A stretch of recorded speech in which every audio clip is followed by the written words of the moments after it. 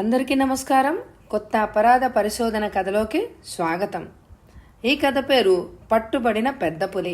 రచన B Rajeshwari గారు. ఈ కథ ఎలా ఉంటుంది అంటే, పులి గ్రామంలోకి వచ్చి మనుషులందరినీ చంపుతూ ఉంటుంది.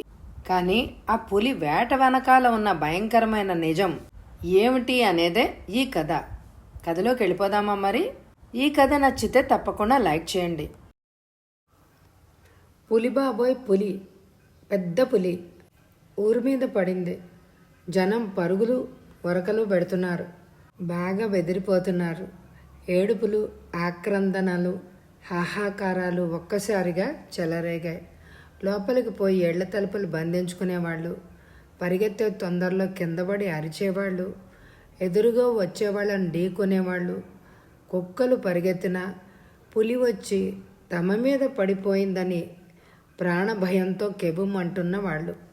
అంత పెద్ద ప్రళయం విరుచుకుపడిపోయిన భ్రాంతి కలిగించే వాతావరణంతో నిండిపోయింది కృష్ణాపుర గ్రామం. నిమిషాల్లో వీధులన్నీ నిర్మానుష్యం అయిపోయాయి. రాత్రి 8 గంటలు కావడానికి కొద్ది నిమిషాలు మాత్రమే ఉంది. ఈ సమయంలో పులి వచ్చి ఊరి మీద పడడం ఆ ఊరి ప్రజలకు చాలా విడ్డూరంగానూ కొత్తగానూ ఉంది. అక్కడికి దాదాపు 30 కిలోమీటర్ల దూరంలో ఫారెస్ట్ ఘాట్ రోడ్ ఉంది. అక్కడికి 5 కిలోమీటర్ల దూరంలో అడవి ఉంది. అయితే ఆ అడవిలో పెద్ద పులు లేవు. అటవిక శాఖ వాళ్ళు స్వాధీనం చేసుకుని ఫారెస్ట్ రేంజ్ ఆఫీస్ పెట్టి గార్డును, ఠాణేదారును ఇంకా తదితర సిబ్బందిని నియమించాక ఎన్నడూ క్రూర మృగం తమ ఊరిపై పడడమే చూడలేదు. అలాంటిది ఇప్పుడు అకస్మాత్తుగా ఈ పెద్ద పులి ఎక్కడి నుంచి పుట్టుకొచ్చింది? ఊరి మీద పడి ఎవరినైనా పొట్టను పెట్టుకుందా ఏమో. బయటికి రావడానికి ఎవ్వరికి ధైర్యం చాలడమే లేదు. ఎవరి మటుకు వాళ్ళు వాళ్ళ ప్రాణభయాలతో కాలు కదపనివ్వడమే లేదు. పులి ఏ క్షణాన వచ్చి తమ మీద పడుతుందోనని ప్రతి ఒక్కరికి భయంగా ఉంది. చీమ చిట్టుక్కుమన్నా ఉలిక్కి పడుతున్నారు. పక్కన తమ వాళ్ళు ఉన్న భయంతో బిగుసుకుపోతున్నారు. అయితే ఇళ్లకు చేరిపోయిన వాళ్ళు ఎలాగో గండం నుంచి తప్పించుకోగలిగారే కానీ బయటికి వెళ్ళిన వాళ్ళ సంగతి ఏంటి? ఇదే ప్రశ్న వేధిస్తోంది సుమతిని. ఆమె భర్త చంద్రం బయటికి వెళ్ళి ఇంకా రాలేదు. పక్క ఊళ్ళో ఉద్యోగం చేస్తున్నాడు. ప్రతిరోజు ఉదయం 8 గంటలకు పోయి రాత్రి 8 దాటాక ఇంటికి వస్తూ ఉండేవాడు. కిటికీ ఊచలకు తలాంచి నిర్మానుష్యంగా ఉన్న వీధిలోకి పరీక్షగా చూస్తోంది. ఆత్రంగా గోడ గడియారం వంక చూస్తోంది. ఎక్కడైనా పులి తిరుగుతున్న సూచనలు ఉన్నాయేమోనని చెవులు రిక్కించుకొని వింటోంది. 5 నిమిషాలు గడిచాయి. సరిగ్గా అప్పుడే వినిపించింది పులి గాండ్రింపు, చాలా భయంకరంగా. ఊరంతా భయంతో బిగుసుకుపోయింది. తెరవబోయిన కొన్ని తలుపులన్నీ టపటపా మళ్ళీ మూసుకుపోతున్నాయి. దూరంగా ఎవరిదో ఆర్తనాదం, చావు కేకలు, పులి గర్జనతో పాటు గాల్లో కలిసిపోయాయి. వింటున్న కృష్ణాపురం ప్రజల గుండెలు అవిసిపోయాయి. అది విని ఆ వెంటనే మరొక 2 నిమిషాలకి ఒక ఆవు హృదయ విదారకంగా అరిచింది. ఎవరూ బయటకు రావడానికి సాహసించలేదు. ఏదో మారణ హోమం జరిగిపోతోంది. అది అందరికీ తెలుస్తూనే ఉంది. కానీ ఎవరు బలైపోతున్నారు? సుమతి లాంటి యువతులు, బిడ్డల రాక కోసం ఎదురుచూస్తున్న తల్లులు గుండెలు బద్దలవుతున్నాయేమోనన్నంత టెన్షన్తో నిల్చుండిపోయారు. శిలా ప్రతిమల్లాగా ప్రతి ఒక్కరూ ఆ ఆర్తనాదాలు తమ వాళ్ళవి కాకూడదని 1000 దేవుళ్ళకి మొక్కుకుంటున్నారు. కానీ ధైర్యం దిగజారిపోతూనే ఉంది. ఓ 10 నిమిషాలు గడిచింది. ఎక్కడా మళ్ళీ ఎలాంటి కేకలు వినపడలేదు. పులి గాండ్రింపు కూడా వినపడలేదు. కానీ ఎవ్వరికి బయటకు వచ్చే ధైర్యం లేకపోయింది. ఎవరికి వాళ్ళు తలుపులు బిగించుకొని ఉండిపోయారు. 1 గంట గడిచింది. ఎక్కడి నుంచి ఎలాంటి చప్పుళ్ళు లేవు. పులి గర్జింపులు కానీ ఎక్కడ ఎలాంటి అలజడి కానీ లేవు. 2 యువకులు ఏదైతే అది అవుతుందని ధైర్యంగా తలుపులు తెరుచుకొని బయటకు వచ్చారు. సర్పంచ్ ఇంకా కొందరు మగాళ్ళు ఒకరొకరుగా తలుపులు తెరుచుకొని బయటకు వచ్చారు. పులిని బెదరగొట్టడానికి డప్పులు, వాయిద్యాలు రప్పించబడ్డాయి. కాగడాలు వెలిగించబడ్డాయి. వాయిద్యాలు మోగిస్తూ కాగడాలు పట్టుకొని పెద్ద గుంపులుగా బయలుదేరారు. ఎక్కడా పులి కనిపించలేదు. అయితే అది చేసిపోయిన బీభత్సం ప్రత్యక్షంగా కనిపించింది. అందరూ నిశ్చేష్టులై నిల్చుండిపోయారు. ఒక ఆవు, దూడ రక్తపు మడుగులో పడున్నాయి.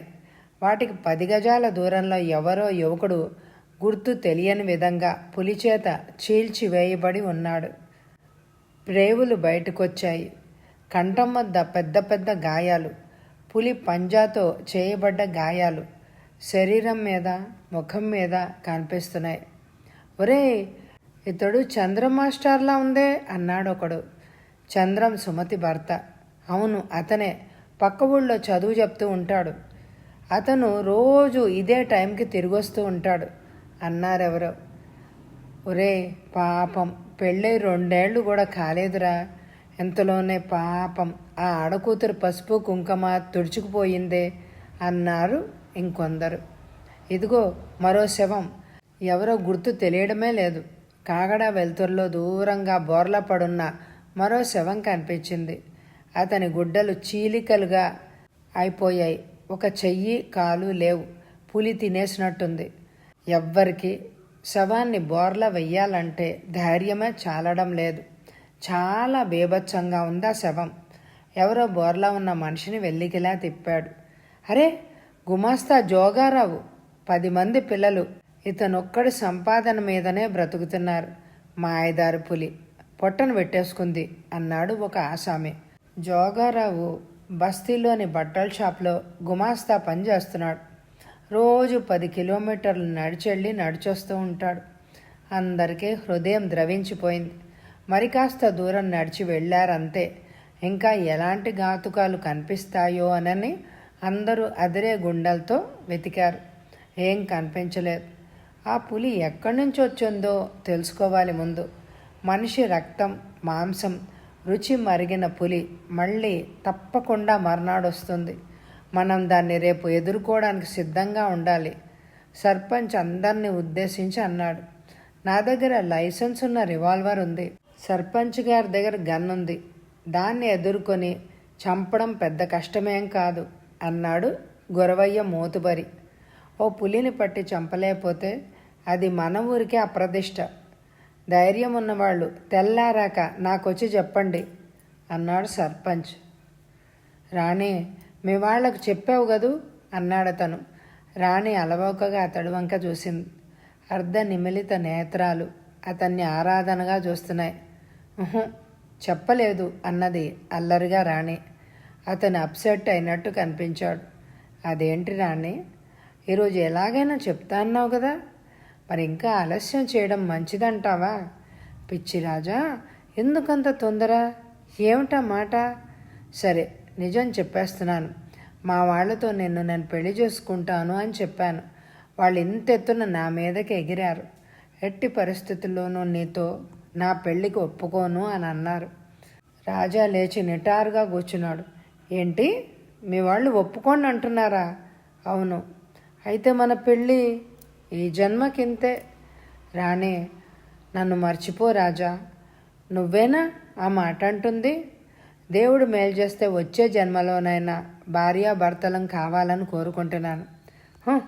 లేని దేవుడి గురించి ఆలోచించే కన్నా ఉన్న మనుషుల గురించి, వాళ్ళ భవిష్యత్తు గురించి ఆలోచించడం మంచిది కాదా?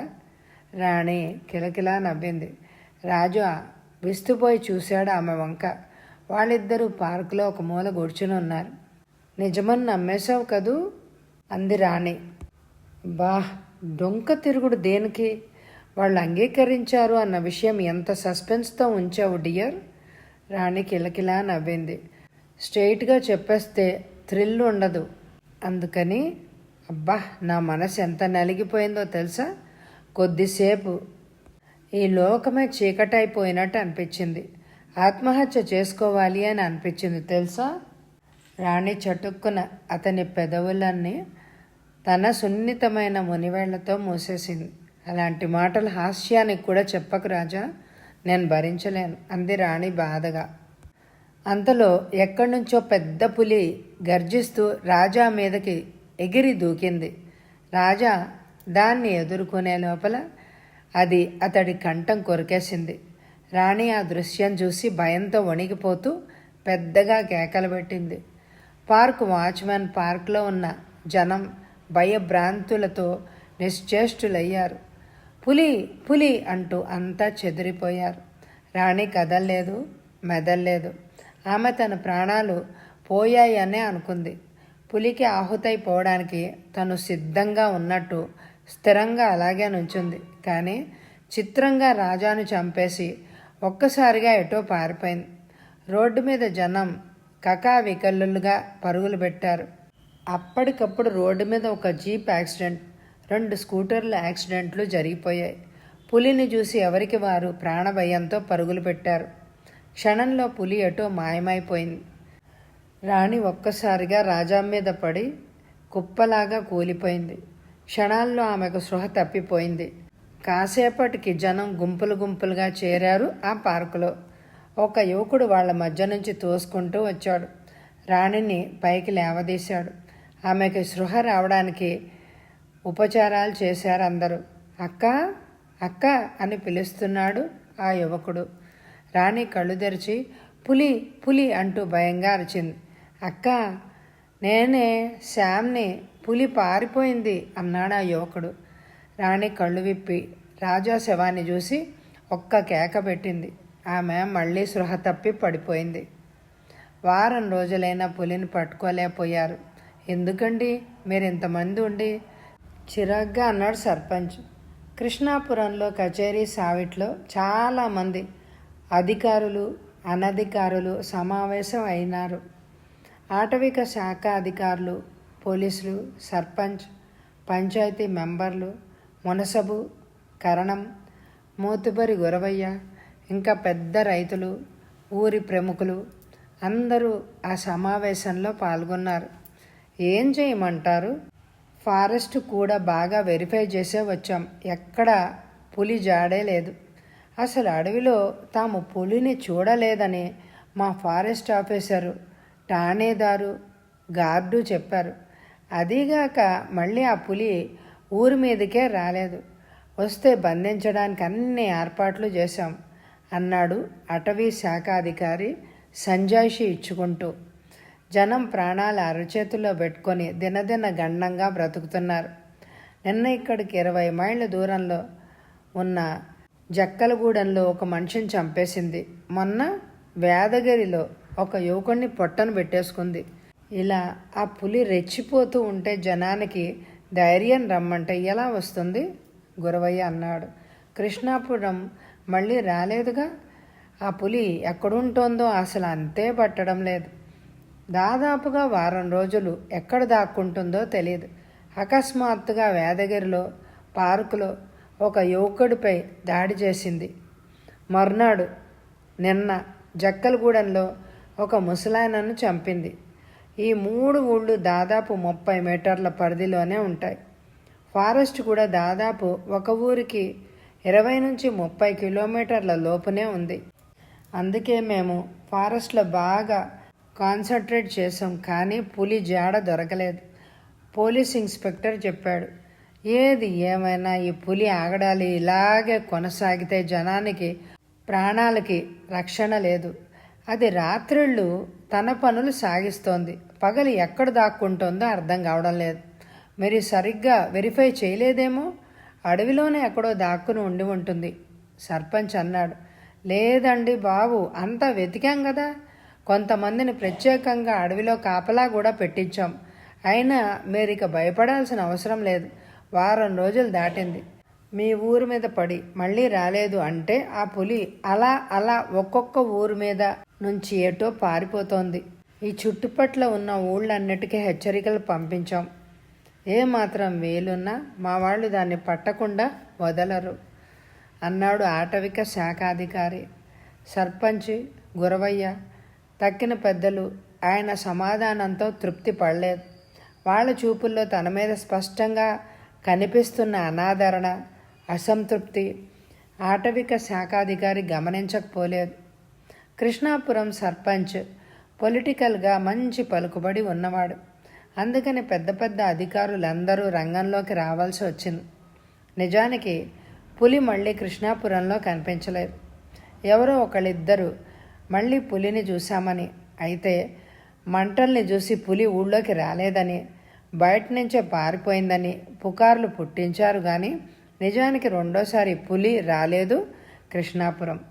అయినా అధికారులు కృష్ణాపురంలో మకాం చెయ్యక తప్పలేదు. పులిని బంధించడానికి కావలసిన పూర్తి ఏర్పాట్లతో వచ్చారు. నువ్వలా ఏడుస్తూ కూర్చుంటే మాకెవ్వరికి అన్నాలు సహించడం లేదు. నా మాట విని. కాస్త ఎంగిలిపొడు తల్లి కూతుర్ని బుజ్జగిస్తోంది. అప్పటికి 2 రోజులైంది పులి రాజాను చంపి. రాణి 2 రోజులుగా పచ్చి మంచినీళ్ళు కూడా ముట్టలేదు. ఎంటిల్లి పాతి బ్రతిమలాడిన ఆమె దుఃఖసాగరం నుంచి మరల్చలేకపోయారు. అలా ఏడుస్తూ రాజాను తలుచుకుంటూ కుమిలిపోతోంది రాణి. నన్ను విసిగించకండి, వెళ్ళండి. రాజా లేకుండా నేను బ్రతకలేను. రాజాతో పాటు ఆ పులి నన్ను కూడా చంపేస్తే బాగుండును. బ్రతికుండి క్షణక్షణం చావమని వదిలేసింది. రాణి కంఠం దుఃఖంతో పూడుకుపోయింది. రాజాను నువ్వెంతగా ప్రేమించావో మాకు కూడా తెలుసు. అందుకే అతనితో నీ పెళ్లికి ఏర్పాట్లు కూడా చేయబోయాం. కానీ విధి వ్రాతను మనం తప్పించలేం. అదేదో పెళ్లికి ముందే జరిగిపోయింది కాబట్టి మన అదృష్టవంతులం. తల్లి మాటలు కోపంగా చూసింది ఆమె వంక రాణి. అంటే పెళ్ళయ్యాక ఇలా జరిగితే ఒకటి, పెళ్లి కాకముందు జరిగితే ఒకటినా? మా ఇద్దరికి మానసికంగా ఎప్పుడో పెళ్ళైపోయింది. అతనే నా భర్త. భౌతికంగా పెళ్లి కాకపోయి ఉండొచ్చు, కానీ మనసారా నా రాజాయే నా భర్త. నేను ఇప్పుడు విధవరాల్ని. పొండి, మీరంతా నా ముందు నుంచి వెళ్ళిపోండి. మోకాళ్ళ మధ్య తలదాచుకుని కుమిలి కుమిలి ఏడ్చింది రాణి. రాణి తల్లి నెమ్మదిగా లేచి కన్నీళ్లు తుడుచుకుంటూ లోపలికి వెళ్ళిపోయింది. అక్క, నువ్వు కోపగించుకోనంటే నేను ఒక మాట చెప్పనా? రాణి తల తిప్పి ఆ మాటలు అంటున్న శ్యామ్ వంక చూసింది. బావయ్యకి ఎలాగూ తిరిగి రాడు. అతని ఆశయాలకు ప్రతిరూపంగా నువ్వున్నావు. నువ్వు ఇలా ఆకలితో మాడి చావాలని స్వర్గంలో ఉన్న బావ కోరుకోడు కదా. దయచేసి కాస్త ఎంగిలిపడక్క. శ్యామ్ అక్కపక్కనే కూర్చుని ప్రాధేయపడ్డాడు. రాణి శ్యామ్ని పట్టుకొని ఏడ్చేసింది. ఆ పులి నిన్న రాత్రి జక్కలగూడెంలో కూడా ఒక మనిషిని చంపేసిందట. ఈరోజు పేపర్లో వచ్చింది. జక్కలగూడెం నుంచి ఎవరో మనుషులు కబురు కూడా తెచ్చారు. అంతకు వారం రోజుల క్రితం కృష్ణాపురంలో 2 మనుషుల్ని, పశువుల్ని చంపినట్టు వార్తల్లో చదివాం.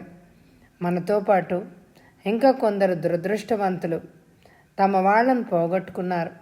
కృష్ణాపురంలో ఆటవిక వాళ్ళు పులి కోసం తీవ్రంగా గాలిస్తున్నట్టే తెలిసింది. దాన్ని ఎలాగైనా పట్టుకుంటారు. ప్రాణాలతో కాకపోయినా చంపైనా పట్టుకుంటారు కానీ వదలరు అనునయంగా అన్నాడు శ్యామ్. రాణిలో ప్రతీకార వాంఛ తలెత్తింది. ఆ పులి బ్రతుకుండకూడదు, దాన్ని చంపేయాలి. దాన్ని ప్రాణాలతో పట్టుకున్నారని తెలిసిన మరుక్షణం నేనే అక్కడికి పోయి దాన్ని చంపేస్తాను. నా రాజాను చంపిన పులిని నేను బ్రతకనివ్వను. ఆవేశంగా పిడికిళ్ళు బిగించింది. శ్యామ్కి అంత దుఃఖంలోనూ నవ్వొచ్చింది. ఆ రోజు రాజాను చంపిన పులి ఎదురుగా ఉన్నా అక్క చంపగలిగిందా? కాకపోతే అందరిలా భయపడి పారిపోకుండా ధైర్యంగా నిలబడింది. అతి కష్టం మీద ఆ పూట రాణి చేత 4 మెతుకులు కతికించాడు శ్యామ్. అక్క, పులిని పట్టుకున్నారు. ఆటవిక శాఖ వాళ్ళు మాటు వేసి పులిని పట్టుకున్నారట అన్నాడు శ్యామ్. మర్నాడు ఉదయం రాణి ఉన్న గదిలోకి పరిగెత్తి. రాణి మంచం నుంచి లేచి కూర్చుని, ఎప్పుడు, ఎక్కడ పట్టుకున్నారా అన్నది ఆవేశంగా. కృష్ణాపురంలో పట్టుకున్నారట. మొత్తానికి సాధించారు. ఇప్పుడే కృష్ణాపురం నుంచి వచ్చిన మా ఫ్రెండ్ చెప్పాడు. అయితే మనం ఇప్పుడే కృష్ణాపురం వెళ్ళాలి అంది రాణి లేస్తూ. శ్యామ్ తెల్లబోయి చూసి, ఎందుకక్క అన్నాడు.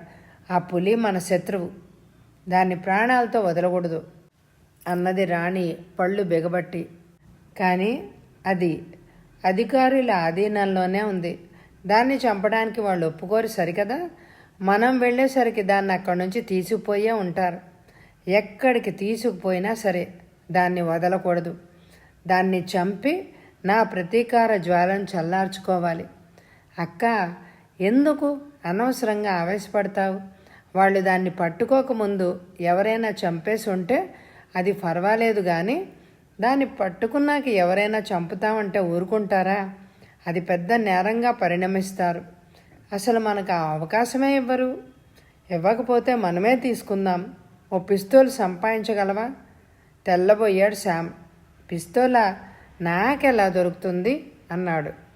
రాణి ఒక్క క్షణం ఆలోచించి, అటవీ శాఖ వాళ్ళ దగ్గర ఆయుధాలు ఉంటాయి కదా, పోలీసులు కూడా ఉంటారక్కడ, పిస్తోల్ దొరక్కపోదులే, వెళదాం పద అన్నది ఏదో నిర్ణయానికి వచ్చినట్టుగా. శ్యామ్ బ్రతిమలాడాడు. వద్దక్క, నాకేదో భయంగా ఉంది. దాన్ని మనం ఏమీ చేయలేం. శ్యామ్, నా మాటకు ఎదురు చెప్పకు. నువ్వు వస్తావా? సరే, లేకుంటే నేను ఒక్కతనే వెళ్ళగలను. రాణి కంఠంలో ధ్వనించిన స్థిరత్వానికి చలించిపోయాడు శ్యామ్. సరే అక్క, అమ్మకు చెప్పెళ్దామా? ఎవ్వరికి చెప్పొద్దు. ఇప్పుడు కృష్ణాపురానికి బస్సు ఉందా? ప్రతి గంటకు బస్సులు ఉన్నాయి. సరే పద. రాణి లేచి గబగబా దుస్తులు మార్చుకుంది.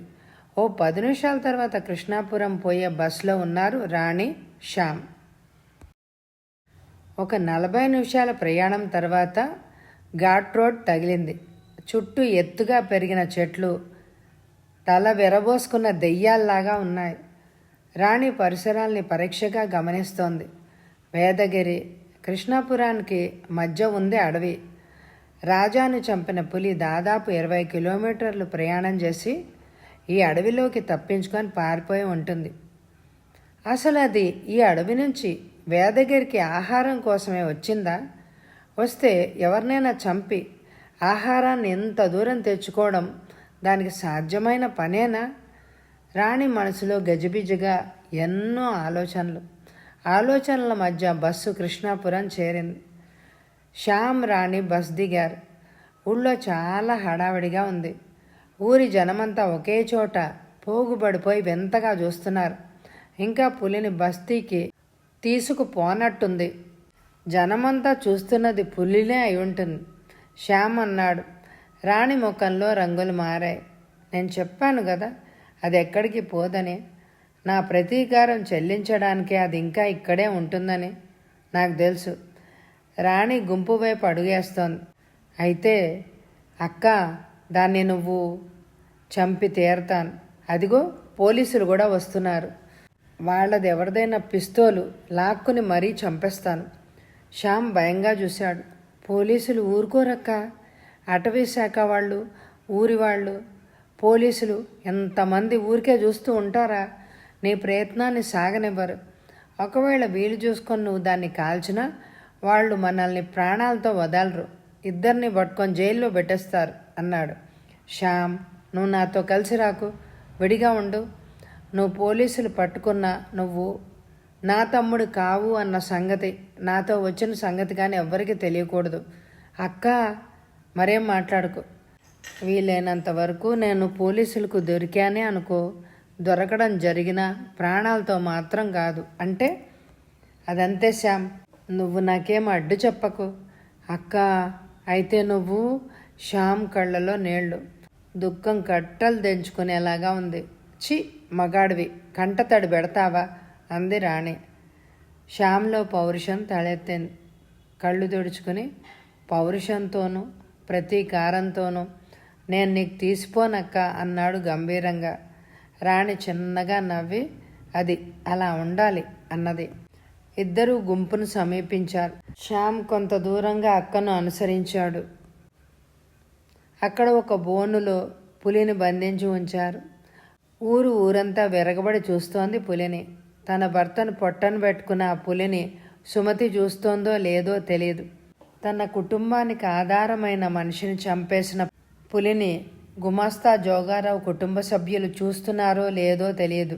కానీ రాణి మాత్రం నిశ్చలంగా, సూటిగా, కక్షగా, కోపంగా, ఉద్రేకంగా చూస్తోంది పులి వంక.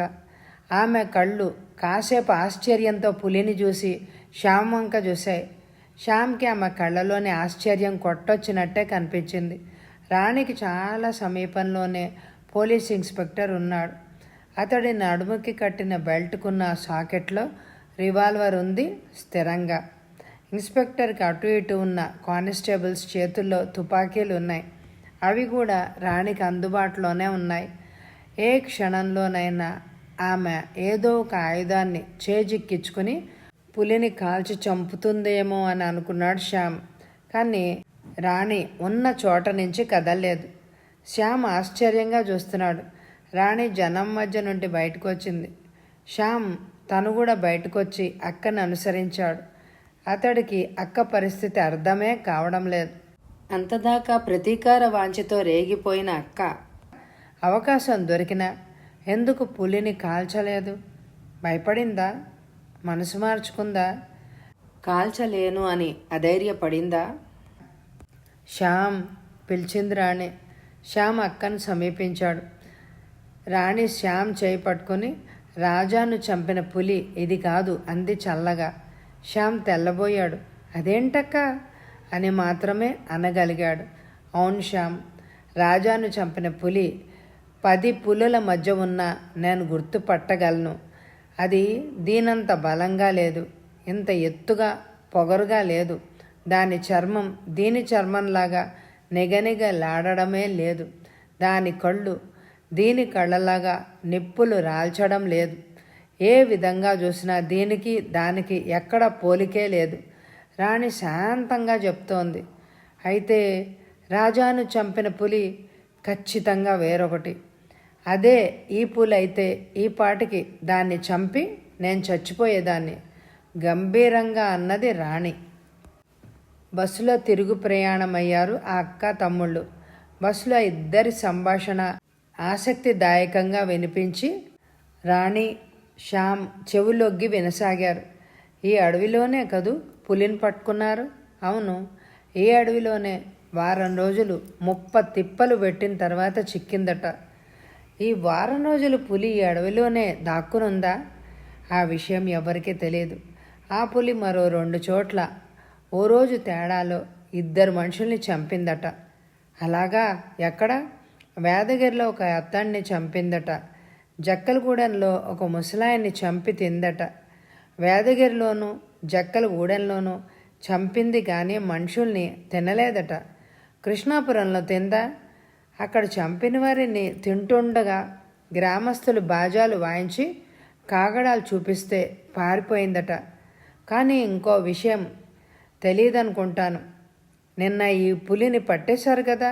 నిన్న జక్కలగూడెంలో మరో మనిషిని చంపిందట కదా. అదెలా జరిగింది? ఏంటి నువ్వనేది? జక్కలగూడెంలో మరోసారి పులి మనిషిని చంపిందా? అవును, జక్కలగూడెంలో వరుసగా 2 రోజులు ఒక్కో మనిషి చొప్పున చంపిందట. మరి నిన్న కృష్ణాపురంలో పట్టేశారు కదా పులిని. జక్కలగూడెంలో ఎలా ప్రత్యక్షమైంది? అయితే ముందు జక్కలగూడెంలో మనిషిని చంపేసి ఆ తర్వాత అడవిలోకి పారిపోయిందేమో. ఆ తర్వాత ఆటవిక శాఖ వాళ్ళు దాన్ని బంధించి ఉండొచ్చు కదా. అందుకు అవకాశం లేదు. ఏ అలా అంటున్నావు? కృష్ణాపురంలో పులిని చీకటి పడుతుండగానే అంటే 7 గంటల ప్రాంతంలో పట్టారట. కానీ జక్కలగూడెంలో రాత్రి 10 గంటల ప్రాంతంలో పులి ఊరి మీద పడి మనిషిని చంపిందట. అయితే ఇది మరొక పులి కావచ్చునంటావా? ఖచ్చితంగా అంతే అయి ఉండాలి. టైం చెప్పడంలో పొరపాటేమో. జక్కలగూడెంలో చంపి అడవిలోకి 7 గంటలకు ముందే పారిపోయి ఉండొచ్చు పులి. లేదా అటవీ శాఖ వాళ్ళు ఏ 10 గంటల రాత్రో దాన్ని బంధించి ఉండాలి. అదేం కాదు, నేను ఇప్పుడు ఆ పులిని చూసే కదా వస్తున్నాను. కృష్ణాపురం నుంచి ఖచ్చితంగా వాళ్ళు పోలీసులు మాట్లాడుకోవడం విన్నాను. సర్పంచ్ గురవయ్య వాళ్ళు మాట్లాడుకోవడం కూడా దగ్గరుండి విన్నాను. పులిని పట్టింది 7 గంటలకి ముందే. ఇంతలో ఆ ఇద్దరు సంభాషణ వింటున్న మరొక ఆయన కల్పించుకొని, ఆయన చెప్పింది నిజమేనండి, మాది జక్కలగూడెమే. రాత్రి 10 గంటలకి మనిషిని చంపేసింది పులి. ఆ సంగతి కృష్ణాపురంలో ఉన్న ఆటవిక శాఖ వాళ్ళు పోలీసులకు తెలియజేయడానికి మా సర్పంచ్ కృష్ణాపురం వెళ్ళాడు. ప్రస్తుతం అక్కడ వాళ్లతో ఆ సంగతే మాట్లాడుతున్నారు. మొదటి వ్యక్తి రెండో వ్యక్తి వంక చూసి, నువ్వు చెప్పింది కరెక్టే. అయితే 2 పులులు ఉన్నవి అన్న మాట నిజమే అన్నమాట. అయితే మన వేదగిరిలో మనిషిని చంపిన పులి జక్కలగూడెంలో పులి ఒకటే అయి ఉంటుంది. కృష్ణాపురం పులి వేరే అయి ఉంటుంది అన్నాడు. వింటున్న రాణి శ్యామ్ ఉలిక్కి పడ్డట్టే చూశారు. బస్సు వేదగిరిలో ఆగింది. అంతవరకు మాట్లాడుకున్న వ్యక్తులిద్దరూ ముందు దిగిపోయారు. వాళ్ల వెనక రాణి, శ్యామ్ కూడా బస్ దిగారు. ఇంతదాకా ఎక్కడికి పోయారర్రా? మీకోసం ఊరంతా వెతికేస్తున్నాను. ఏమైపోయారో ఏమిటో, ఎక్కడికి వెళ్ళారో అని హడిల్ చచ్చిపోతున్నా అన్నది రాణి తల్లి. రాణిని, శ్యామ్ని చూసి గుండెలు చల్లబడగా, అనుకోకుండా ఒక స్నేహితురాలు వచ్చి తీసుకుపోయిందమ్మా. అది ఈరోజే తన భర్తతో వెళ్ళిపోతోంది. బస్టాండ్ వరకు వెళ్ళి దాన్ని సాగనంపొచ్చాను. తోడు కోసమని మన శ్యామ్ని కూడా తీసుకెళ్ళాను అంది రాణి. ఇలా ఇంకెప్పుడు చెప్పకుండా వెళ్ళకమ్మా. అసలే పుట్టడు విచారంలో ఉన్నావు. ఎలాంటి అఘాయిత్యం తలబెట్టావోనని ఇంటిల్లి బాధి హడిల్ చచ్చిపోతున్నాం. ఇదిగో రాణి, నా మీద ఒట్టేసి చెప్తున్నా, ఎలాంటి అఘాయిత్యము తొందరపడి చేయనని రాణి తల్లి చేయి చాపింది. నేనంత పిరికిదాన్ని కాదమ్మా. నీకు తెలుసు కదా, చాలా మొండిదాన్ని. ప్రాణానికి ప్రాణంగా ప్రేమించిన రాజా చచ్చిపోయినా నేను మాత్రం ఇంకా జీవోత్సవంలా మిగిలే ఉన్నాను. ఎప్పటికీ ఇలా మిగిలే ఉంటాను. రాణి కళ్ళల్లో చివ్వున కన్నీళ్లు ఉబికొచ్చాయి. రాణి తల్లికి, శ్యామ్కి కూడా కళ్ళు తడయ్యాయి. రాణి గదిలోకి రాగానే శ్యామ్ పాత పేపర్లన్నీ ఒక్కసారి నాకు ఇలా ఇవ్వు అంది. పాత పేపర్లు తెచ్చిచ్చాడు. రాణి వారం రోజుల క్రితం నుంచి అన్ని వివరంగా చూసింది. కృష్ణాపురంలోని పులి వాతపడిన వాళ్ళ వివరాలు చదివింది. అందులో తనకు కావలసిన అంశం ఏది కనిపించలేదు. వేదగిరి సంఘటన కూడా చదివింది. శ్యామ్ జక్కలగూడెంలో జరిగిన సంఘటనలు ఏవి ఏ పేపర్లోనూ రానట్టుందా ఇంకా అంది. శ్యామ్ వెంటనే, మొన్న రాత్రి సంఘటన ఈరోజు పేపర్లో వచ్చిందక్క. నిన్న జరిగిన సంఘటన రేపటి పేపర్లో వస్తుందేమో. కృష్ణాపురంలో పులిని బంధించిన విషయం కూడా ఈరోజు పేపర్లో రాలేదు ఇంకా. ఇదిగో ఇవాటి పేపర్లు అంటూ ఓ పేపర్ అందించాడు. రాణి వివరాలు చదువుతుండగా ఆమె ముఖంలో వేగంగా రంగులు మారాయి. ఏదో మస్తిష్కంలో మెరుపులా మెరిసింది. శ్యామ్ అక్క ముఖం వంకే చూస్తున్నాడు. రాణి పేపర్ మడిచి పక్కన పెట్టి ఆలోచనలో పడింది. అప్పటికి చీకటి పడి ఎంతోసేపు అవలేదు. హలో రాణి, నువ్వా? ఎంతటి సుదినం అన్నాడతను తల కొద్దిగా వంచి అభివాదం చేస్తున్న ధోరణిలో. నీ కళ్ళు చల్లబడ్డాయా? రాజాను పొట్టను పెట్టుకున్నావు. జగన్నాథం గారిని చంపేశావు. ఇప్పుడు ఆనందంగా ఉన్నావు అని అనుకుంటున్నాను అన్నది రాణి సూటిగా అతడి కళ్ళలోకే చూస్తూ. అతను కంగు తిన్నట్టు చూశాడు. ఏంటి నువ్వనేది? రాజాను, జగన్నాథం గారిని నేను చంపడమేంటి? వాళ్ళిద్దరిని పులి చంపింది. నేను పులి వేషం వేసుకున్నాను అని అనుకున్నావా? లేక పులి మా ఇంటి పెంపుడు జంతువు అనుకున్నావా? వికటంగా నవ్వాడు. నువ్వు తలుచుకుంటే ఏమైనా చేయగలవని నాకు తెలుసు. నువ్వు పులి కంటే క్రూర మృగానివి. నాకు బాగా తెలుసు. నీకు తప్ప మరొకరికి రాజాను చంపాల్సిన అవసరమే లేదు. జగన్నాథం గారిని కూడా నువ్వే చంపుంటావు. నీ ఊహాగానాలు కట్టిపెట్టు. రాజాని పులి చంపగా జనం కళ్ళారా చూశారు. పక్కనే నువ్వు కూడా ఉన్నావటగా. ఇక నేను వేరే చెప్పాల్సిందేముంది? నువ్వు చూడకపోయి ఉంటే నేనే రాజాను హత్య చేశానని ప్రచారం చేసి నన్ను పోలీసులకు అప్పగించేదానివేమో. వ్యంగ్యం ధ్వనించింది అతడి కంఠంలో. నువ్వు స్వయంగా చెప్పక్కర్లేదు. చంపించావు. ఎలా చంపించావో నాకు తెలియదు కానీ రాజాను, జగన్నాథం గారిని నువ్వే కక్ష గట్టి చంపించావు. అది మాత్రం నిజం. రాజా నిన్ను ప్రేమించి పెళ్లి చేసుకోవాలి అని అనుకున్నాడు. కానీ ఒకప్పుడు నువ్వు నన్ను పెళ్లి చేసుకుంటానని మాటిచ్చావు. రాజా కనిపించగానే నా మీద ప్రేమంతా ఎక్కడికి ఎగిరిపోయిందో వాడి వెంట పడ్డావు. అయినా నేను సహించాను. కానీ వాడి ముందు ఒక్కసారి నన్ను తీవ్రంగా అవమానించావు. నాకు కక్ష అంటూ ఉంటే అది నీ మీదే కానీ రాజా మీద కాదు. ఎప్పటికైనా నమ్ముతావా నేను రాజాని చంపలేదని? నమ్మనుగాక నమ్మను. నిన్ను నేనెప్పుడు ప్రేమించాను? నువ్వే అనుక్షణం నన్ను వెంబడించి వేధించి నిన్ను ప్రేమించానని చెప్పకపోతే చస్తానని, చచ్చే ముందు నీ చావుకి నేనే కారణమని అందరికీ ఉత్తరాలు రాస్తానని నన్ను బెదిరించి నిన్ను పెళ్లి చేసుకోవడానికి ఒప్పుకోనంటే నన్ను నాశనం చేస్తానని 10 మందిలోనూ నేను చెడిపోయిన ఆడదాన్నని ప్రచారం చేసి నన్ను ఇంకా ఎన్నడూ జన్మలో తలెత్తుకోనీయకుండా చేస్తానని ఎన్నో రకాలుగా బెదిరించావు. నీ బాధ పడలేక నిన్ను ప్రేమించినట్టు నటించాను. అది కేవలం నటన. నేను మొదటి నుంచి మనసా వాచ రాజానే కోరుకున్నాను. అతన్నే పెళ్లి చేసుకోవాలి అని అనుకున్నాను. కానీ నువ్వు హద్దు మీరావు. అతడితో నేను మాట్లాడుతున్న సమయంలో నన్ను పట్టుకొని అల్లరి చేయబోయావు. అసభ్యంగా ప్రవర్తించావు. అందుకే రాజా చూస్తుండగానే నీ ముఖాన ఉమ్మాను. నీ చెంప పగలగొట్టాను. నా అసహ్యాన్ని అలా వెళ్ళగక్కాను. అది నా తప్పు కాదు, నీ పొగరే నీకు ఆ శిక్ష విధించేలాగా చేసింది. అందుకు రాజా మీద కక్ష కట్టావు. ఆవేశంతో 2 క్షణాలు ఆగింది రాణి. రాజా మీద కక్ష కట్టాల్సిన పని నాకేముంది? నేను చంపాలనుకుంటే నిన్నే చంపుతాను కానీ అతన్ని చంపను కదా. రాజాయే నా జీవిత సర్వస్వమని, అతడు లేకుండా నేను బ్రతకనని నీకు తెలుసు. అందుకే అతన్ని చంపేస్తే నేను జీవోత్సవంలాగా మిగిలిపోతానని, ఆ విధంగా కక్ష తీర్చుకోవచ్చని ప్లాన్ వేశావు. నేను చావనైనా చస్తానే కానీ నీలాంటి నరరూప రాక్షసుడికి ఎన్నడూ లొంగను, అది గుర్తుంచుకో. అతను వికటంగా నవ్వాడు. సరే, జగన్నాథం పట్ల నాకెందుకు కక్ష? అతన్నెందుకు చంపుతాను అన్నాడు క్రూరంగా రాణి వంక చూస్తూ. జగన్నాథం గారికి తర్వాతి వారసుడివి నువ్వే కాబట్టి, నువ్వు ఆయనకు మేనల్లుడివి కాబట్టి, ఆయన కూతుర్ని పెళ్లి చేసుకోవాలని మాస్టర్ ప్లాన్ వేశావు కాబట్టి, నీ ఆటలు ఆయన దగ్గర సాగి ఉండవు. అందుకే ఆయన్ని కూడా చంపించావు. అసలు ఆయన్ను చంపడం వల్లే నా అనుమానం నీపైకి మళ్ళింది. మిస్టర్ చలపతి, నీ మోసాలు హత్యాకాండలు బయటపడే రోజు వచ్చింది. తొందరపడకు, ఎంతకింత అనుభవిస్తావు అన్నది రాణి ఆడపులిలాగా. చలపతి వికటంగా నవ్వాడు. నీకు చాలా విషయాలు తెలుసునే. అయితే నిన్న జక్కలగూడెంలో మరో ప్రాణి పులికి బలైపోయింది. ఆ విషయాలు నీకు తెలుసా అన్నాడు. తెలుసు. ఎవరో తెలియదు కానీ ఆ వ్యక్తి కూడా నీ మృగత్వానికే బలైపోయి ఉండాలి.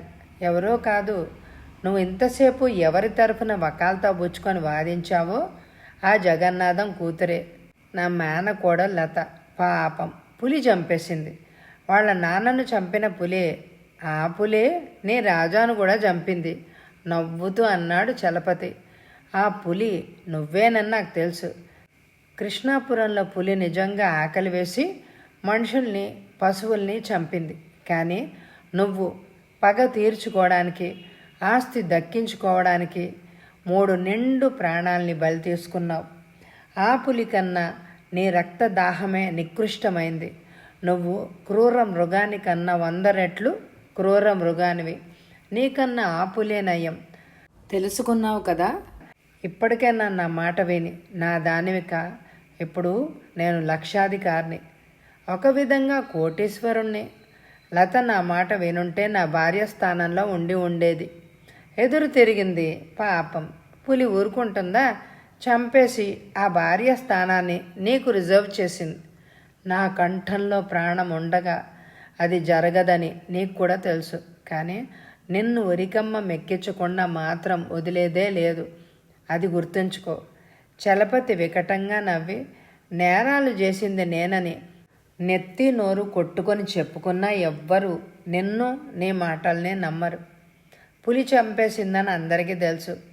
నువ్వు పిచ్చిదానివని నీ అంతటి నువ్వు చాటుకోవడమే అవుతుంది, గుర్తుంచుకో అన్నాడు. అన్ని రోజులు నీవిగావు, ఆ మాట నువ్వు గుర్తుంచుకో. గిరుక్కున వెనక్కు తిరగబోయింది. చలపతి మళ్ళీ నవ్వాడు. 24 గంటలు టైం ఇస్తున్నాను. ఈ లోపల నువ్వు నీ అంతట నువ్వు నా దగ్గరకు వచ్చి లొంగిపోయావా సరే, లేకపోతే 25వ గంట రాకుండా నీ కుటుంబ సభ్యులంతా పులికి ఆహారం అయిపోతారు. నేను చేతల వాడినే గాని మాటల వాడిని కాదు అన్నాడు. రోజుకి 24 గంటలే, 25వ గంట నీ చావుతోనే మొదలవుతుంది అంది రాణి క్రోధంగా చూస్తూ. అంత పొగరుగా ఉందా? అయితే నీ బ్రతుక్కి చరమగీతం పాడేస్తాను ఇప్పుడే.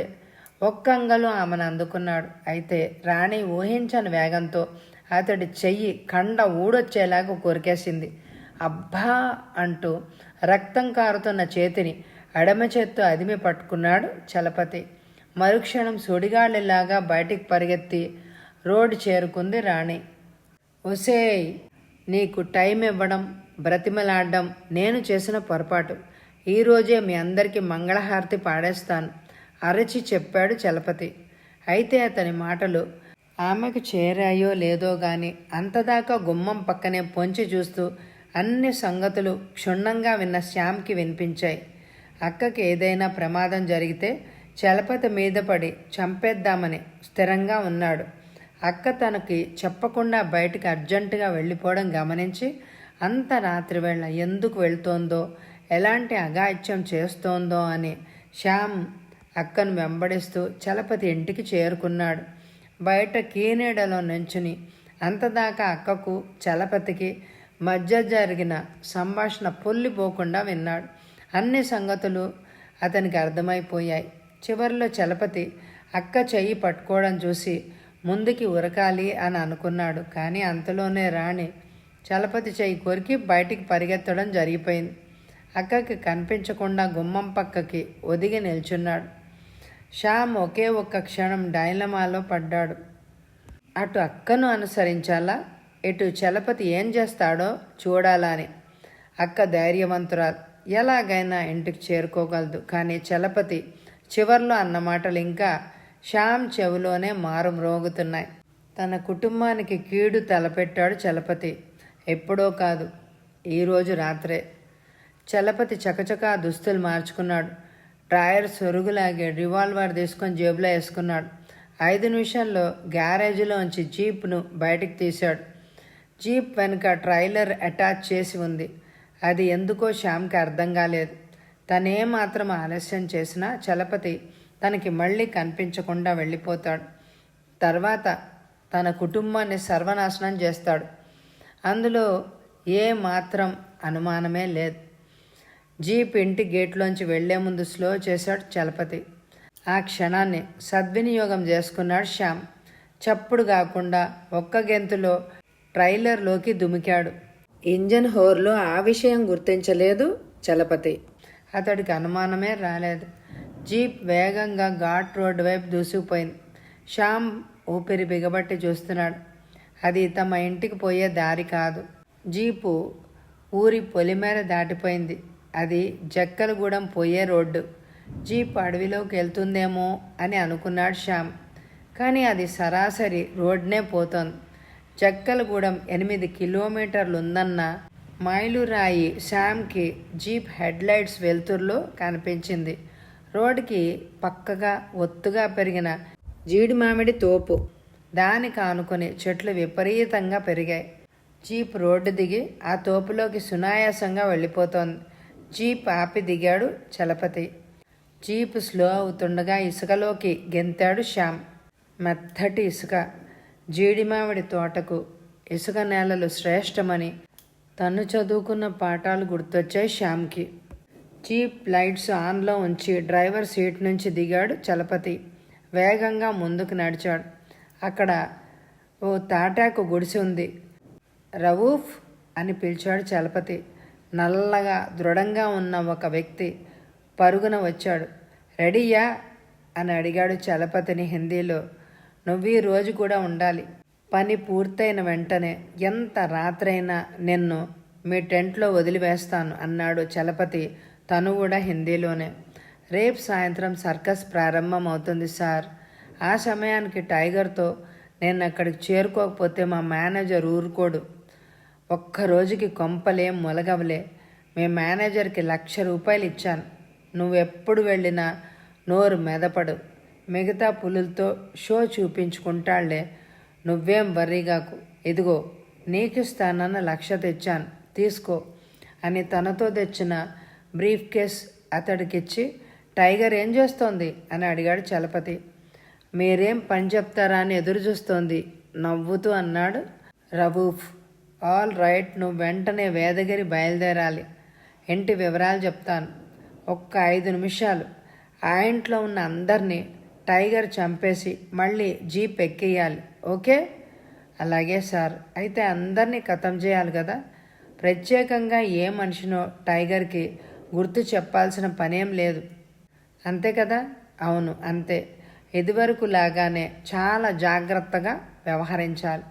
ఇదివరలో వేదగిరిలో పార్కులో ఓ కుర్రాడిని టైగర్కి ఎరవేశావు చూడు, అప్పట్లో పిల్లని చూసావు కదా పక్కన, వాళ్ళింటికే ఆ పిల్లతో పాటు అందరినీ చంపేయాలి. అదేంటి సార్ ఆ పిల్లను తమరు?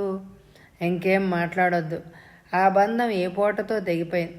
దాన్ని వదిలేస్తే మనల్ని పోలీసులకి పట్టించేలాగా ఉంది. అందుకే అందరితో పాటు దాన్ని కూడా ఖతం. ఓకే సార్, టైగర్ని తీసుకొస్తానంటూ రవూఫ్ ఆ తాటాకుల పాకలోంచి వెళ్ళాడు. అది తాత్కాలికంగా తాటాకుల కమ్మలతో వేసిన పాక. శ్యామ్ కళ్ళు చికిలించి అట్టే చూస్తున్నాడు. లోపల ఏదో బోను తెరిచిన చప్పుడు, పులి ఉర్రుమన్న శబ్దం వినిపించాయి శ్యామ్కి. అంటే బోన్లోంచి పులిని బయటకు తీసుకొస్తున్నారన్నమాట. వాళ్ళిద్దరి మాటల్ని బట్టి శ్యామ్కి ఆ పులిని ఏదో సర్కస్ కంపెనీ నుంచి హెచ్చు మొత్తంలో డబ్బిచ్చి చలపతి అద్దెకి తెచ్చుకున్నాడని, దాన్ని మచ్చుగా చేసుకున్న రింగ్ మాస్టర్ రవూఫ్ అని, రవూఫ్ ఏం చెప్తే అది ఆ పులి తూచా తప్పకుండా ఆచరిస్తుందని, ఎవరిని చంపమంటే వాళ్ళని చంపేస్తుందని అర్థం చేసుకున్నాడు శ్యామ్. రవూఫ్ వెనక పెద్ద పులి మచ్చిగా చేసిన పిల్లిలాగా, కుక్క పిల్లలాగా నడిచొస్తోంది. శ్యామ్కి దాన్ని చూడగానే గుండెలు దడదడలాడాయి. తనకు కాబోయే బావను చంపిన మహమ్మారిని, తన అక్క గుండెల్లో చిచ్చు రగిల్చిన మారణ హోమాన్ని ప్రత్యేకంగా చూశాడు శ్యామ్. కొద్ది నిమిషాల్లో తన కుటుంబాన్ని సర్వనాశనం చేయాలని వీళ్ళిద్దరూ కృత నిశ్చయంతో ఉన్నారు. తన వాళ్ళు పోయాక తను బ్రతికుండే ప్రయోజనం లేదు. వాళ్ళని రక్షించే కార్యక్రమంలో తన ప్రాణం పోయినా పర్వాలేదు. తన వాళ్ళని రక్షించుకోవడంతో పాటు వాళ్ళని చట్టానికి అప్పగించాలి. ఎలా రవూఫ్ పులితో ట్రైలర్ లోపల కూర్చున్నాడు. పైనుంచి టార్పాలిన్ కప్పేశాడు చలపతి. ఎవరైనా చూసినా కూడా అందులో ఒక క్రూర మృగం దాగి ఉన్న సంగతి కనీసం ఊహించలేరు. జీప్ బయలుదేరడానికి సిద్ధంగా ఉంది. తను అంతదాకా ట్రైలర్ లోపల కూర్చుని ప్రయాణం చేశాడు. ఇప్పుడు దాంట్లో పులి కూడా రవూఫ్ ప్రయాణం చేస్తున్నాడు. తను జీప్లో ఫాలో అయ్యే అవకాశం లేదిక. ఇంకొద్ది క్షణాల్లో వాళ్ళు అక్కడి నుంచి వెళ్ళిపోతారు. ఎలా శ్యామ్ మెదడులో మెరుపులాంటి ఆలోచన వచ్చింది. చెట్టు చాటు నుంచి బయటకు వచ్చాడు. కింద చకచక 4 రాళ్ళు ఏరుకున్నాడు. మళ్ళీ చెట్ల వెనక్కి వెళ్ళిపోయాడు. తాటాకు పాక మీద ఒక రాయి విసిరాడు. డబ్బున చప్పుడైంది. జీప్ స్టార్ట్ చేయబోతున్న చలపతి చివ్వున అటు తల తిప్పి చూశాడు. పాకపై మరో రాయి చప్పుడు చేసింది. చలపతికి అనుమానం బలపడింది. సీట్లోంచి దిగాడు. ఈ లోపల మరో రాయి పాక మీద పడింది. చలపతి జేబులోంచి రివాల్వర్ తీశాడు. చేత్తో పట్టుకుని అడుగులు వేగంగా పాక వైపు వేశాడు. ఆ కొద్ది సమయాన్ని తనకి అనుకూలంగా చేసుకున్నాడు శ్యామ్. జేబులోంచి చాక్ తీశాడు. అది కూరలు తరుక్కునే చాక్. అక్కని అనుసరించి వచ్చేటప్పుడు ఆమెకేదైనా ప్రమాదం జరుగుతుందేమోననే అనుమానంతో అందుబాటులో ఉన్న ఆ చాకును జేబులో వేసుకుని చలపతి ఇంటికి అనుసరించాడు. అది ఇప్పుడు ఉపయోగపడింది. చకచక జీప్ టైర్లు కోసేశాడు. తుస్సుమంటూ జీప్ చక్రం ఇసుకని కరుచుకుంది. తృప్తిగా గాలి పీల్చుకుని మళ్ళీ చెట్ల గుబురుల్లోకి పోయి దాక్కున్నాడు శ్యామ్. పాక వరకు పోయి అన్నీ సరిగ్గానే ఉండడంతో తృప్తిపడి వెనక్కు తిరిగి వచ్చాడు చలపతి. టార్పాలియన్ కింద మగ్గిపోతున్న రవూఫ్ ఆలస్యానికి కారణం ఊహించలేక టార్పాలియన్ తప్పించి ఏమైంది సాబ్ అని అడిగాడు చలపతిని హిందీలోనే. కుచ్చినై అన్నాడు చలపతి. జీప్ స్టార్ట్ చేశాడు. చక్రాలు చర్రున చప్పుడు చేశాయే గాని ఇసుకలో కూరుకుపోయి కదల్లేదు. అరే ఏమైంది అంటూ కిందకి దిగాడు చలపతి. టార్చ్ ఫోకస్ చేసి చూశాడు. అరే చక్రాల్లో గాలిపోయిందే. రవూఫ్ ఇక్కడికి ఎవరైనా వచ్చారా అని అడిగాడు చలపతి. రవూఫ్ టార్పాలియన్ తొలగించుకొని పైకొచ్చి ఎవ్వరు రాలేదు సార్ అన్నాడు ఆశ్చర్యంగా. దారిలో ఏవో కోసుగా ఉన్న రాళ్ళు టైర్లను కోసేసి ఉంటుంది సార్. గాలి పూర్తిగా పోయింది. డామిట్, కథ అడ్డం తిరిగింది అన్నాడు చలపతి. రవూఫ్ ఉసూరుమని నిట్టూర్చి, మరేం చేయాలి సాప్ ఇప్పుడు అన్నాడు. చలపతి అప్పటికప్పుడే ఒక నిర్ణయానికి వచ్చి, మరేం పర్వాలేదు, మా ఫ్రెండ్ జీప్ తీసుకుని 1 గంటలో తిరిగొస్తాను. ఇప్పుడు 10 కావస్తోంది. జక్కలగూడెం నుంచి కృష్ణాపురం పోయే బస్సు ఇప్పుడు ఉంది. వేదగిరి మీదుగానే కదా పోయేది. ఈ జంక్షన్లో ఆగి దాన్ని క్యాచ్ చేస్తాను. ఓ అరగంటలో వేదగిరి చేరతాను. మరొక అరగంటలో జీప్ తీసుకొని వచ్చేస్తాను అన్నాడు. అయితే మీరు వచ్చేదాకా టైగర్ని బోన్లో దాచిపెడతాను సార్ అన్నాడు రవూఫ్. చలపతి రివాల్వర్, టార్చి తీసుకొని రోడ్డు వైపు చకచక అడుగులేశాడు. రవూఫ్ పులిని తీసుకొని పాకలోకి వెళ్ళిపోయాడు. శ్యామ్ సర్వి చెట్ల వెనకనే చలపతికి అనుమానం కలగకుండా అనుసరిస్తున్నాడు. చలపతి టార్చ్ వెలుతురులో చకచకా రోడ్డు వైపు వెళ్తున్నాడు. ఆ వెలుగు ఆధారం చేసుకుని శ్యామ్ కూడా నడుస్తున్నాడు. అతడి గుండె కొట్టుకోవడం అతడికే స్పష్టంగా వినిపిస్తోంది. 1 గంటలో చలపతి అనుకున్నది సాధిస్తాడు. తను ఈ లోపల ఏదైనా చెయ్యాలి. చలపతి రోడ్డు ఎక్కాడు. రోడ్డు నిర్మానుష్యంగా ఉంది. శ్యామ్ రోడ్డు మీదకి వెళ్ళే అవకాశమే లేదు. జీడి మామిడి తోపలో ఉన్నంతసేపు తను చలపతికి కనిపించే అవకాశం లేదు. తోపు దాటితే దొరికిపోతాడు. శ్యామ్కి చక్కటి ఆలోచన వచ్చింది. ఈ సమయంలో చలపతి చెప్పిన బస్ తప్ప ఆ దారిన పోయే వాహనాలు చాలా అరుదు. తన అదృష్టం బాగుంటే తనకి ఏదైనా దొరుకుతుంది, లేకుంటే లేదు. ఆ బస్సులో చలపతి వేదగిరి వెళ్ళిపోతే ఇక తన వాళ్ళని ఆ భగవంతుడు కూడా రక్షించలేడు. శ్యామ్ తోపుకి అడ్డుపడి జక్కలగూడెం వైపు గబగబా పరిగెత్తుతున్నంత వేగంగా నడవసాగాడు. కాళ్లకు ముళ్ళు గీరుకుపోతున్నాయి. రాళ్లు తగిలి ముందుకు పడబోయి నిలదొక్కుంటున్నాడు. చిన్న చిన్న కంచెల్ని తప్పించుకుంటూ తోపులో అలా నడుస్తూనే ఉన్నాడు. ఏ క్షణంలోనైనా బస్సు వచ్చేస్తుంది. అక్కడ రోడ్డు మలుపు తిరుగుతుంది. బ్లైండ్ కర్వ్, అదే తనకు అనుకూలమైన స్థలం. శ్యామ్ తోపులో నుంచి బయటకొచ్చాడు. రోడ్డు ఎక్కాడు. అతడికి చలపతి కనిపించడం లేదు. చాలా దూరం నడిచాడు. తను తోపులో పడి రోడ్డుకి పక్కగా నిల్చున్నాడు శ్యామ్. దూరంగా హెడ్లైట్స్ వెలుతురు కనిపించింది. బస్సు దగ్గరైంది. రోడ్డుకి అడ్డంగా నిల్చున్నాడు. బస్సు ఆగింది. కండక్టర్ ఆశ్చర్యంగా చూశాడు. ప్యాసింజర్లు అప్పుడే నిద్రమత్తులో జోగుతున్నారు.